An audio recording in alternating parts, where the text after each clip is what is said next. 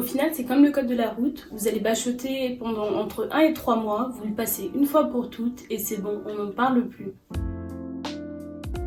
Hello tout le monde et bienvenue sur ma chaîne. Aujourd'hui, je vais vous donner les 5 étapes de préparation qui m'ont permis d'obtenir plus de 900 points au score TOEIC. Alors pour tout vous dire, j'ai obtenu 925 sur 990 au TOEIC avec tous les points sur la partie listening, 495 points et 430 points sur la partie reading. Donc voici comment je m'y suis préparée. Le premier point, c'est de vous donner une deadline. Si vous ne vous donnez pas de deadline, vous ne vous motiverez jamais à passer ce TOEIC. Dans les critères de diplomation de mon école, je suis obligée d'avoir un score requis pour le TOEIC qui est de 870 sur 990. Sachant que ma diplomation aura lieu courant juin et juillet. Donc je savais dès la rentrée de septembre que je devais avoir pour juin mon score TOEIC validé. Donc à ce moment-là, je me suis dit ok, en décembre, il faut que j'ai mon TOEIC. Malheureusement, à cause du confinement, ça a été annulé et ils ont réouvert d'autres séances en janvier. Donc j'ai sauté sur l'occasion et j'étais là, bah ok, si décembre je peux pas l'avoir, en janvier je l'aurai. Donc au moins on a une date de fixée, on est sûr qu'on va s'y tenir. Le deuxième point, il va paraître super bête dit comme ça, mais je sais que c'est à cause de ça que je n'ai pas eu le score requis lorsque j'ai passé le TOEFL en première année.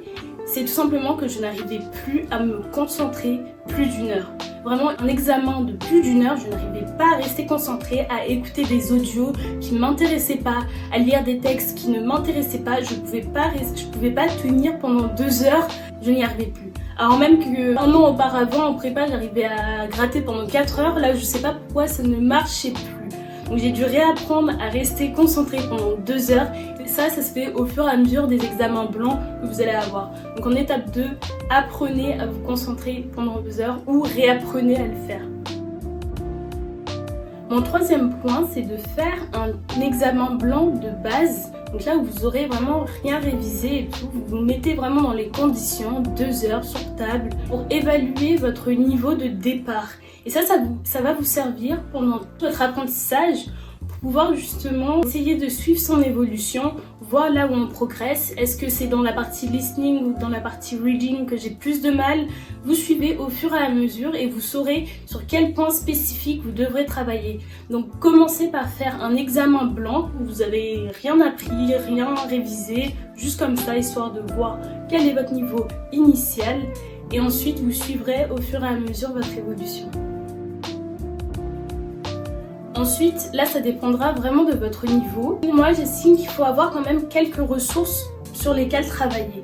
Personnellement, j'ai utilisé 2 ressources. Donc, la Bible du TOEIC, qui était un gros manuel vraiment énorme, mais où il y a tout. Tout. Vocabulaire, grammaire, CD, vous pouvez travailler audio, écrit, tout, il y a tout. Donc c'est pour ça que ça s'appelle la Bible du TOEIC, justement, il y a tout, ça m'a trop servi, vraiment, il est top. Vous pouvez l'acheter neuf, mais en vrai ça sert à rien, vous le trouvez sur le bon coin pour entre 10 et 15 euros, vous le revendez dès que vous avez passé votre TOEIC, c'est bon, ça fait l'affaire. C'est exactement ce que j'ai fait et ça a marché. Un autre outil que j'ai utilisé, c'est Global Exam. Donc c'est un site internet qui entraîne justement à passer soit le TOEIC, soit le TOEFL et plein d'autres examens de langue. Cet outil est payant à partir d'un certain moment. Je crois qu'on peut utiliser que quelques exercices, voire un examen blanc de façon gratuite, mais de façon payante, on a accès à tout le site. Sauf que moi j'ai pu l'avoir gratuitement auprès de mon école où je me suis renseignée et ils m'ont donné des codes. Donc renseignez-vous auprès de vos écoles, peut-être qu'ils pourront vous donner des accès en entier, sur le site en entier pour que vous puissiez vous entraîner. Donc sur le site de Global Exam, vous allez avoir à la fois la partie listening, à la fois la partie reading, plein d'exercices, plein de leçons, plein de tests et surtout plusieurs examens blancs où vous pourrez vous entraîner dans les vraies conditions, enfin sur internet, mais plus ou moins dans les vraies conditions. Et ça sert énormément. Donc toute cette partie-là, les outils, c'est un peu la partie vraiment bachotage pur et dur. On n'apprend pas l'anglais comme ça. Donc dans ce point-là, je vais vous donner quelques tips assez connus pour apprendre l'anglais de façon un peu plus ludique et un peu plus réelle que les mots de vocabulaire à apprendre par cœur. En premier, les séries. Bon, tout le monde regarde des séries, mais vous virez juste le français. Il n'y a plus de français sur table, plus de version française, ça c'est bon, c'est fini. Que du version originale. Si vous avez un peu de mal, version originale sous-titrée en anglais. Vraiment, ça sert plus à rien le français ici, vous n'allez pas progresser sinon. Et si vous êtes un peu plus à l'aise, version originale tout court. Donc ça, au moins, vous allez apprendre un peu plus. Si vous doutez un peu de certains mots, vous allez les rechercher et parce que vous faites le travail de vous-même, vous êtes sûr de vous en souvenir puisque vous vous souviendrez du contexte dans lequel vous l'avez vu dans telle série et au moins là vous apprendrez beaucoup plus facilement. Ensuite il y a les articles de journaux que vous pouvez lire en anglais. Plein de journaux anglais, du vocabulaire ultra riche pour suivre l'actualité, que ce soit The Guardian, The Times, Economist, vous avez plein de journaux anglais, faut juste s'y mettre. Faut lire à fond un article, dès qu'il y a un vocabulaire sur lequel vous bloquez, vous allez chercher sur Google Traduction la signification et c'est ainsi de suite en fait. C'est vraiment, faut être proactif dans ce point-là.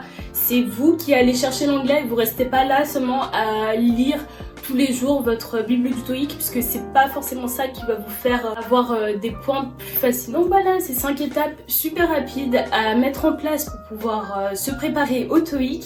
Là, c'était pas un cours d'anglais que je vous donnais puisque honnêtement, je pense que Global Exam et la Bible du TOEIC va clairement faire le taf. C'est juste comment pouvoir mettre en place de façon méthodique votre organisation, votre préparation pour que le jour J, vous soyez au top. Donc voilà, je vous fais plein de bisous, c'était une vidéo très rapide aujourd'hui mais j'espère qu'elle vous servira, que vous aurez le score requis et sinon pour les autres personnes qui sont pas forcément en école, je pense que c'est toujours bon de passer le TOEIC puisque ça reste quand même une certification plus ou moins agréée, une preuve, c'est gage de qualité en fait. Lorsque vous allez écrire anglais sur votre CV, le notion, lu, écrit, parlé, ça vaut plus grand chose en vrai. Et le fait d'avoir un score noir sur blanc, là au moins c'est une vraie preuve. Donc voilà, bon courage pour votre TOEIC. N'hésitez surtout pas à liker, partager, vous abonner, enfin comme d'hab. Et à bientôt. Bye.